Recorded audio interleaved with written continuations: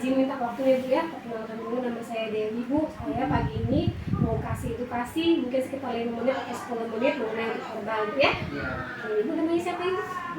Nur Hayati. Ibu kalau misalnya kesadaran boleh? Itu kayak mana Mbak? Sadar nah kayak gitu boleh. Kayak itu. Ini enggak ditekan sih ini. Oh. Jadi kayak mana Bu? Itu saya gimana ini? Ya. Bentar Bu ya, coba lihat menit ya. Jadi Bu, obat herbal itu pada dasarnya itu obat alami Bu ya, yang biasa kita kayak dari jahe, kunyit, lengkuas kan, jinten. Nah kan biasanya obat herbal tuh kayak gitu kan. Tapi yang kita tahu tuh kan yang herbal tuh yang rebusan ya. Nah tapi kalau sekarang sudah modern, biasanya obat herbal tuh sudah dikemas di pabrik. Biasanya kayak bentuk kapsul, bentuk teh, bentuk serbuk ya. Itu biasanya sudah yang bentuk modern. Nah tapi obat herbal itu Bu, ada yang ilegal, ada yang legal. Kalau yang legal tuh biasanya di apotek tuh Bu.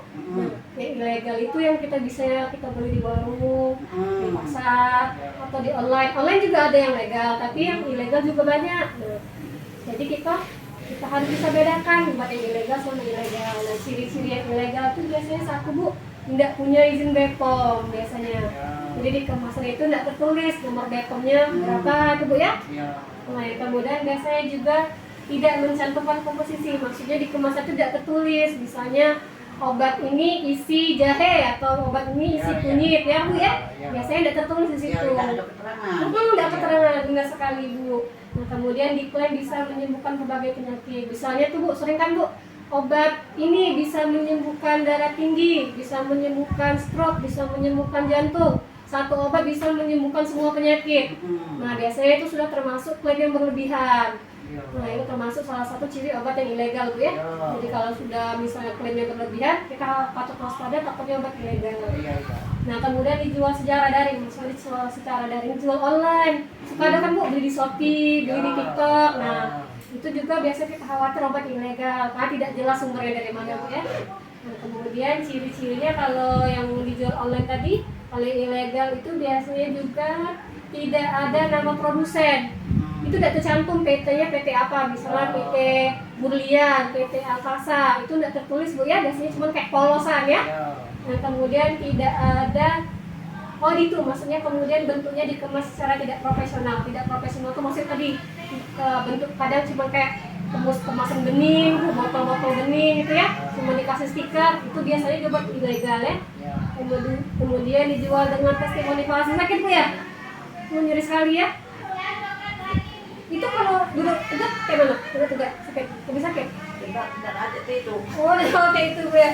Lagi beda sebentar beda apa ya? Nah, kemudian biasanya harga jualnya murah. Nah, kalau misalnya obat yang ilegal itu biasanya cuma kayak harga 25.000 ya. Harga cuma bisa 10.000 itu obat ilegal. Nah, kenapa sih kita harus menghindari obat ilegal tuh? Karena satu Bu, kalau efek sampingnya yang berbahaya. Karena satu dia bisa menumpuk di hati dan ginjal kalau dikonsumsi secara lama, kayak misal terus-menerus dikonsumsi tiap hari itu takutnya merusak hati dan ginjal ya. Kemudian biasanya dia juga bisa menyebabkan gangguan pencernaan, mual dan alergi. Nah, obat ilegal tadi saking berbahayanya Bu, bisa bikin gangguan pencernaan, bisa bikin mual, bisa bikin alergi juga ya. Nah, kemudian biasanya interaksi berbahaya jika dikonsumsi dengan obat dari dokter. Nah, kalau obat ilegal tadi jangan dikonsumsi berbarengan dengan obat dokter, takutnya malah berbahaya, bisa mengurangi fungsi obat dari dokter satu Bu. Nah, kemudian juga malah memperparah penyakitnya tadi ya. Kemudian resiko ketergantungan. Nah, obat ilegal tadi juga bisa menyebabkan kecanduan Bu. Jadi kalau tidak minum sekali aja kadang-kadang bisa bikin ya, bisa kumat lagi, bisa juga malah bikin pusing misalnya Bu. Oh, tidak minum obat ini aku jadi pusing. Nah, itu biasanya iya benar, harus minum terus. Karena dia sudah kecanduan Bu ya. Nah, kemudian apa lagi ya? Nah, mungkin sampai sini ada yang mau ditanya Ibu? Ada yang ditanya tidak? Sampai sini? Tidak ada Bu ya? Nah, jadi kalau minum obat herbal itu boleh Bu pada dasarnya, tapi satu dia beli di apotek, dan kedua juga dia harus dengan pengawasan tenaga kesehatan. Boleh kalau minum obat herbal dibawa ke puskesmas atau dibawa ke dokter, ditunjukkan sama dokternya, dok obat ini boleh nggak aku minum dok? Gitu ya. Terima kasih Ibu, maaf mengganggu waktunya. Terima kasih, semoga cepat sembuh. Tunggu aja kan.